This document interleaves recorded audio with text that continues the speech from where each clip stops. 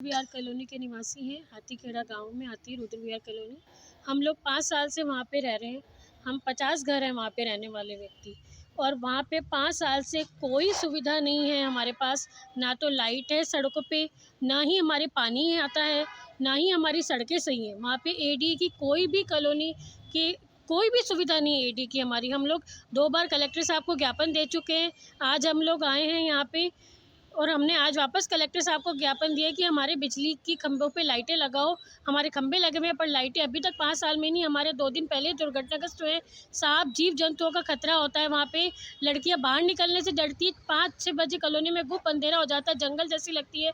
हमारे पास पानी नहीं आया 5 साल से। हम लोग टैंकरों का पानी डलवा रहे हैं, हमारे को पीने का पानी नहीं है। उस गंदे पानी से हम लोग बीमार पड़ते हैं। कोई सुख सुविधा हमें को वहाँ पे अभी तक नहीं मिली है।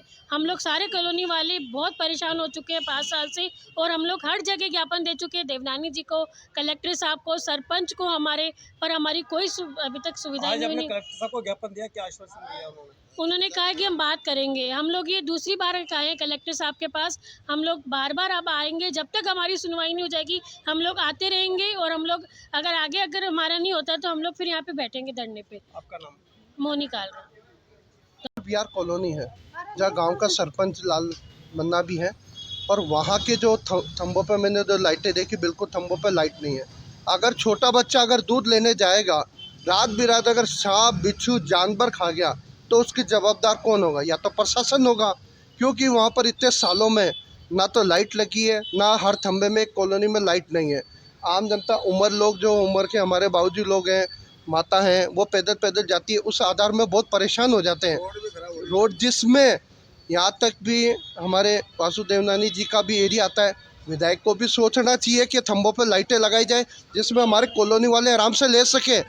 यहाँ तक कि वोट लेने चले जाते हैं, पर उनकी जो दर्द अंदर का होता है वो ये सुन नहीं पाते, ना देख पाते कि हमारे कॉलोनी वाले कैसे रह रहे हैं, किस तरह से रह रहे हैं और किस परेशानी में झेल रहे हैं। खंबे में अगर लाइटें होगी तो बच्चे आराम से गोलियां बिस्कुट कोई सामान लेने चला गया, या कोई बच्ची लड़की स्कूल से अगर घर जाती है, कोई दारू पिया हुआ छेड़ता है, वो भी बचत हो सकती है, हमारी बहनों की सुरक्षा हो सकती है। तो हमने कलेक्टर साहब को ज्ञापन दिया। उन्होंने कहा मैं जल्द से जल्द करवाता हूँ, लाइटें की सुविधा होगी जिसमें हमारे कॉलोनी वाले आराम से रह सकें, हमारी माता बहनें रह सकें और हम सुख शांति से रह सकें। हमारी यही है मांग। अगर नहीं हुआ तो हमें धरना प्रदर्शन करेंगे। शांतिपुर से हमने ज्ञापन दिया, हमारे सभी माता बहनों ने। अगर फिर भी कोई कार्रवाई नहीं हुई तो आगे क्या करेंगे? नहीं होगी तो हम कल बाहर घेराव होगा, प्रदर्शन होगा, उसकी जवाबदारी प्रशासन है। अगर हमारी कॉलोनी में कोई हादसा भी हो गया तो कलेक्टर साहब और यहाँ के प्रशासन की जवाबदारी। हमने चुनौती दे दी है कि हमारी जल्द से जल्द 15 दिन में मांग हो। नए साल भी आ रहा है, नए साल में अंधेरा नहीं होना चाहिए। नरेंद्र मोदी ने एक ही बात बोली थी, गांव गांव में लाइटें होगी, पर हमारे यहाँ तो लाइटें ही नहीं है। अंधारों में तो हम बैठे हैं और अंधारों में बस राम राम का नाम लेके बैठे हैं। श्री राम सेना हिंदुस्तान, युवा राष्ट्रीय उपाध्यक्ष देवीलाल सोनी।